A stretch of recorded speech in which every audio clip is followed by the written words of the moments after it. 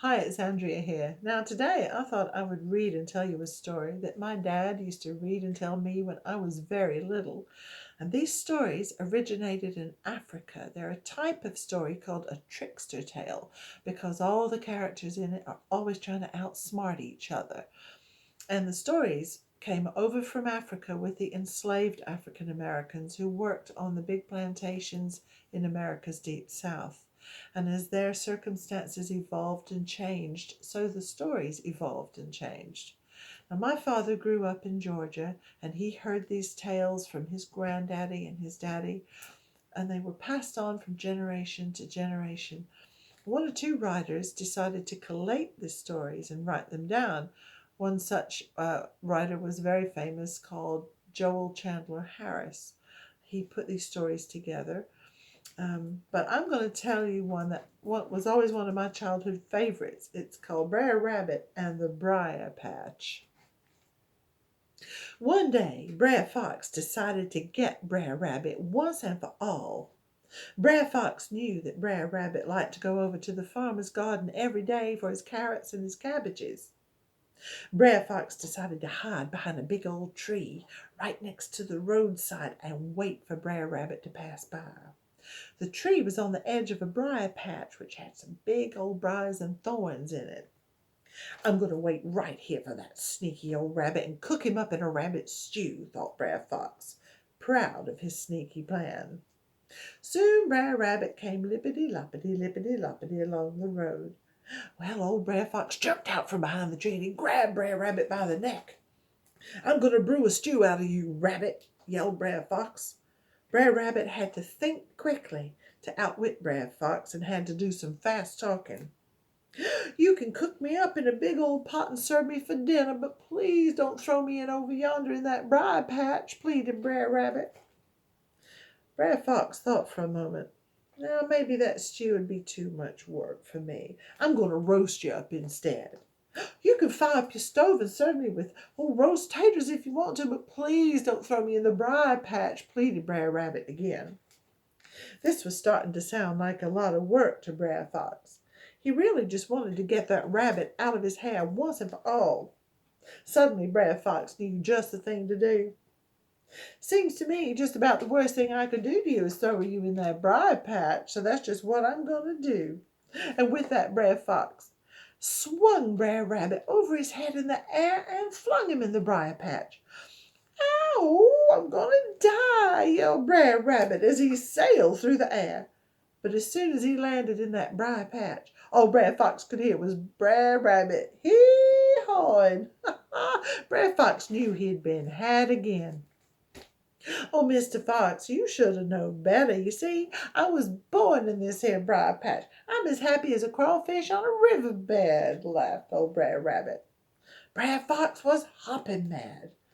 I gotta get that rabbit good once and for all, he said.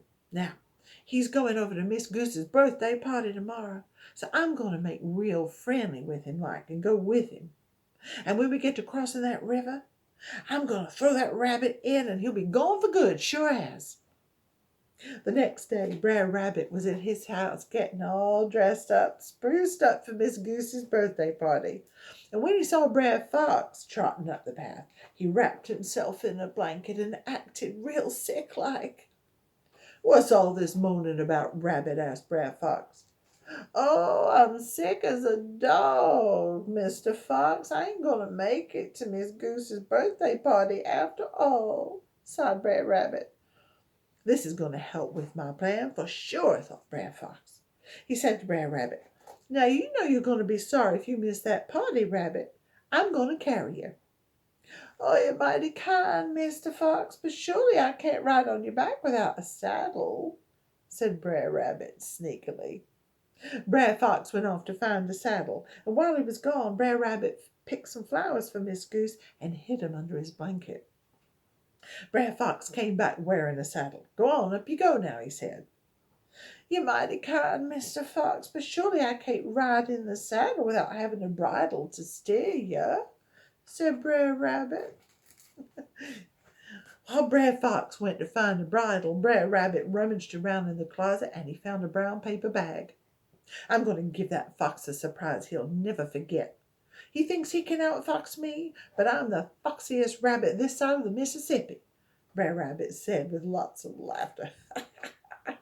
When Brer Fox returned, he was wearing the bridle as well as the saddle. He was all ready to go, just like a horse at the starting gate. "Rabbit," he said, "Miss Goose ain't going to take kindly to it if we're late to her party. Now climb on up here now and let's get going," thinking soon he'd be rid of that rabbit forever. "Oh, you're terrible kind to an old sick rabbit like me, Mr. Fox," said Brer Rabbit with a groan. He climbed into the saddle and they were on their way. As they neared the bridge, both Brer Fox and Brer Rabbit prepared to put their plans in motion. But Brer Rabbit was ready for Brer Fox's sneaky trick. As soon as he felt Brer Fox step over into the middle of the river, he filled the paper bag with air. "I'm going to throw you to kingdom come, Rabbit," yelled Brer Fox. "Oh, no, you're not. Giddy up," shouted Brer Rabbit. And with that, he popped the bag right next to Brer Fox's ears. "Yow!" shrieked Brer Fox. He jumped up in the air like a mad grasshopper and took off down the other side of the bridge, lickety-split. Brer Fox galloped towards Miss Goosey's house with Brer Rabbit hanging on in the saddle, yodeling all the way. Miss Goose, Miss Sheep, and Miss Pig had heard Brer Rabbit yodeling from a long way off. When Brer Fox came galloping up with Brer Fox on his back, they thought they had never seen anything so funny. "Whoa!" shouted Brer Rabbit as Brer Fox galloped up to Miss Goose's house. Brer Fox skidded to a halt and flopped on the ground right next to the doorstep. "Afternoon, ladies," said Brer Rabbit as he climbed down. "I'm very sorry for being late, but my old horse, he just don't run like he used to." Miss Goose, Miss Sheep, and Miss Pig all burst with gigglement. They thought Brer Rabbit sure got Brer Fox this time. Poor old Brer Fox sat in the front yard of Miss Goose's house, spluttering and catching his breath. He was so mad he could spit. "That rabbit tricked me good this time. I don't know how I'm going to do it, but I'm going to get that rabbit one day, once and for all," he shouted. Once again, Brer Fox had failed to get rid of Brer Rabbit. Brer Fox felt a little better after tasting Miss Goose's birthday cake. And ever since that day, old Brer Fox has been trying to outsmart Brer Rabbit. And ever since that day, sneaky Brer Rabbit has just been one step ahead of Brer Fox. So if y'all ever see a rabbit around a briar patch, or if you catch a glimpse of a fox snooping around a farmer's garden, it might just be crafty old Brer Rabbit and sneaky old Brer Fox trying to outsmart each other again. The end.